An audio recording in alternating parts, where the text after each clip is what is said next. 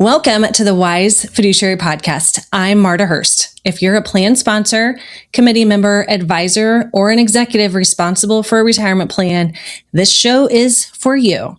Season 5 is a little different. This season, we are talking about the fiduciary red line, the moment where you feel like you're doing the right thing, but you're not. It's where industry standard stops being safe and where a routine decision quietly becomes exposure. Each episode, we take one decision point and examine it closely, not from a sales perspective, not from a marketing perspective, but from a fiduciary one. Because most plan failures don't begin with bad intentions, they begin with comfort. Let's define the red line. Today, we're going to talk about when a participant choice becomes participant harm. We're stepping past defaults and zooming out to the architecture of the investment lineup itself. It's one of the most overlooked red lines in plan design, the belief that more participant choice equals more participant benefit. And in reality, too much choice often becomes harm. This is a fiduciary episode, not an investment episode. We're not going to be talking about Sharpe ratios or, we might talk a little bit about expenses. But we are examining oversight, clarity, and participant behavior, not branding or preference. So let's talk about the decision point. Committees often add funds because someone asked for them. Probably not like anyone, not necessarily a rank and file employee. I've seen a lot of plans like this over the years where there's this one participant who's just really adamant that you have a XYZ fund. Why don't we have that? Every other plan has it. My old plan had it. My brother said I should have it. That one that just is a stickler and won't let it go. They often get added also because an advisor recommends expanding a category. Maybe there is a fund that is popular in the industry. I don't know that it's always necessarily a fund, but potentially even an entire asset class that maybe you wouldn't have offered in the lineup, but everybody's talking about it, like gold or like crypto. And so now it has become something that you're considering adding. Participants like variety. They probably don't. It feels harmless. It feels responsive. It feels like you're doing the right thing, especially if you've got participants that are interested. That's what we're supposed to be doing, right? Is making sure we are doing everything in the best interest of the participant. Sometimes you have to evaluate what is really in their best interest, and doing what they ask, like when your children ask for things, does not always mean that it is the right thing for them. You give them pizza, you give them candy, you let them live their lives. They're adults, for God's sake. Today's red line: too many options dilute oversight. More options do not equal better outcomes. They increase oversight risk.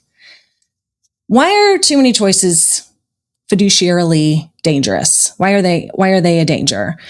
So oversight expands exponentially. Every fund added is another due diligence responsibility. Every fund needs to perform on its own. You need to be able to evaluate it on its own and determine that it is an acceptable investment for a retirement plan. More funds added, more review, more monitoring, more documentation, more potential failure. Choice does not equal improvement. Options do not equate to participant success. Beyond a certain point, adding funds really just creates a lot of confusion for participants, not value.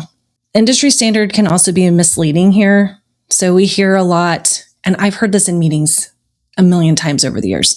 It's normal to have 25 to 30 options. That's not a fiduciary defense. Normal doesn't mean prudent. Comfort does not mean compliant. You need to be thinking about your participant demographic, what is best for them. And if you can't explain why every fund exists and what participant need it meets, your lineup has already crossed the red line. I'm going to talk about, when I was getting ready for this episode, I came across this term, fund lineup bloat. I still can't figure out if that's a real word or not, but it made a lot of sense to me. So this is where you get like the category creep, adding new flavors of the same asset class. Just, well, this one's doing, let's put this one in. Everybody likes a I shouldn't say actual fund names, but I will. Everybody likes an American Funds. You should put an American Funds in there. Well, everybody really likes some Fidelity or Vanguard because you want to just put it all in there. The illusion of sophistication, believing more funds creates opportunity. But really, again, that's an operational burden. More items to document, more funds to review, performance to explain, reports. We already talked about report fatigue in a prior episode. So keep that in mind as you are adding investments to the lineup. Let's also talk about special categories. I mentioned them briefly, but I feel like this becomes an issue when you get like real estate funds or precious metals or gold, crypto. Even if you don't have like crypto, now they're creating all these investments that have a little bit of it in them. Who are those for? Think about your participants. Who is really asking for those? Who really is the one who wants those in the plan? And what do you do when those entire asset classes fall out of favor? Let's go with real estate. So you put in some kind of real estate investment within your core lineup. And then we have an entire market that tanks, because that has happened. And none of real estate is just not good in general, but you've got participants who are invested in that within your plan. When you're doing fund mapping, you should be mapping them to like funds. But if there's not a like fund that's any good because the entire industry is struggling, how do you decide what to do with that money? I mean, I have some personal ideas, but that's some fiduciary liability, that because you are now making decisions for those participants, and there's not a lot of protection around that. You got to stand up and make a decision and hope it was the right one. Okay, duplicative investments. I ran across a plan recently. Lots of the same types of funds. I think there were like 4 or 5 large cap funds. So we got like 3 large cap growth. And I'm like, 3 large cap growth? How many of those do we really need? Lots of bond funds, especially if you've got index funds that are redundant. I mean, how much different could they possibly be? Overlapping glide paths or risk-based offerings. So why is that dangerous? Participants perceive options as meaningful when the differences are minimal. Committees end up defending why fund stays and another goes. That overlap can create some complications in monitoring. So you've got ultimately the same exposure, but different labels. Here's just some fiduciary insights. If you've got 2 funds that are doing the same thing, essentially you've doubled your risk, but not the benefit. What are we really doing here? I have a story because these conversations usually make me think of things. We have an existing plan with a lineup that's arguably a little bit too big. We've been working on it and having conversations about it. The problem is making changes. Oh, people really just don't like change. I also feel like once a fund list becomes big, if those funds are all performing relatively well, then committees get really pressured up. Like, well, why would we take one? Where would we put that one's doing fine? What if we put it in this one and then that one does better? And then they just start running through all kinds of scenarios in their head.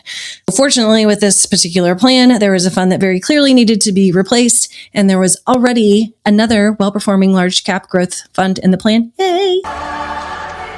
But it became like a point, well, should we add a different one? Why? Why are we filling up this lineup with large cap growth funds? Let's not. Let's put it into a large cap growth that's already doing well and already in the plan. And then that's one less decision that a participant has to make if they want to choose a large cap growth fund.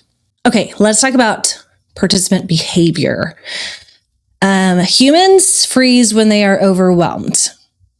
True or false? That's true. Too much choice pushes participants into either sticking in the default, which the majority of participants do anyway. Why are we not thinking more about some of these issues with fund lineup when in reality most participants probably aren't using them? They're just using the default. But if there's too many options, you're going to see even more participants in the default because they are too overwhelmed by that to make a decision. Or sometimes they choose at random. Also, that's not the outcome that we're going for either. Sometimes they chase past performance. Most people, unless they have a finance degree, don't know how to evaluate the investment options that they have. That's why things like target dates were created, to help people build a portfolio and put some parameters around how they invest. Because otherwise participants are looking at the numbers that they know, and that's performance. It just is. And we know that that's not what we want our participants to do, is chase past performance. That does not end well for anyone. Sometimes it also causes them to build incoherent portfolios. I have seen a pretty decent number of these over the years as well.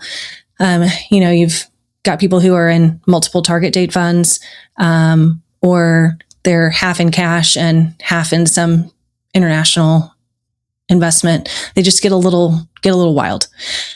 So the plan ends up causing the poor behavior instead of protecting against it. So it's where participant empowerment becomes participant burden. Story time.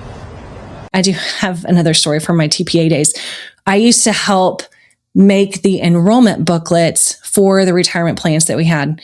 Maybe I shouldn't say things like this. It might let everybody know how old I am. But we didn't it wasn't online. We had to actually print out forms.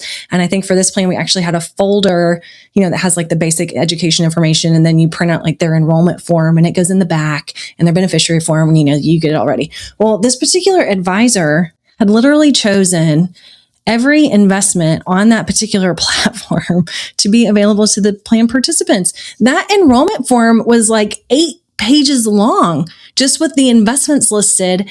And this was a blue collar company. Those participants didn't know. Like, he could have done the best education meeting in the world, and that's still too much. I mean, they had over 100 investments available. At the time, I wasn't a fiduciary, so I just had to say, hey, buddy, I think this is a bad idea. But anyway, it caused a lot of confusion. And then we would even have participants that would just like choose a bunch of them, like 1% here, 1% here, like just go pick 100, pick 50 and put 2% in all of them. That's not any way to help participants and do things in their best interest. So we want simplicity with intent. Simplicity is not minimalism. It's the intentional design that reduces risk and increases clarity. So a strong lineup has purpose, has guardrails, and has clear rationale behind each fund. Simplicity is not an aesthetic choice. It's a fiduciary one. So if you work much with Fiduciary Wise, you know that we like index funds. We don't mind active funds as long as they do the things that they're supposed to do. But we do often lean towards the index funds for a similar reason.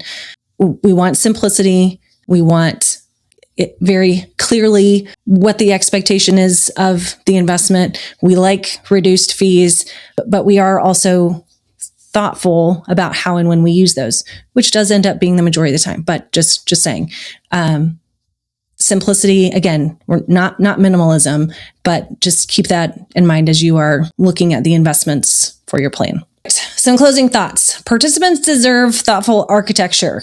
Committees deserve clarity and manageable oversight. So that plan I mentioned that had 100 plus investments, technically that committee was in charge of monitoring those. You can't tell me that all of those investments were suitable for their participants. Let's assume that all of them are. 100 is still too many, but there's no way that they were. Too much choice serves neither of those things. All right. Homework. Review your fund lineup. Why does it look the way that it looks? How many investments do you have? Does it feel overwhelming to you? Are there duplicates in the same asset class? Take a look, see what you think. Make sure you can defend what is in there. You know why the funds that are in there are in there. If today's episode raised questions about your plan, that's the point. Fiduciary responsibility is not about checking boxes. It's about understanding where the red line actually is.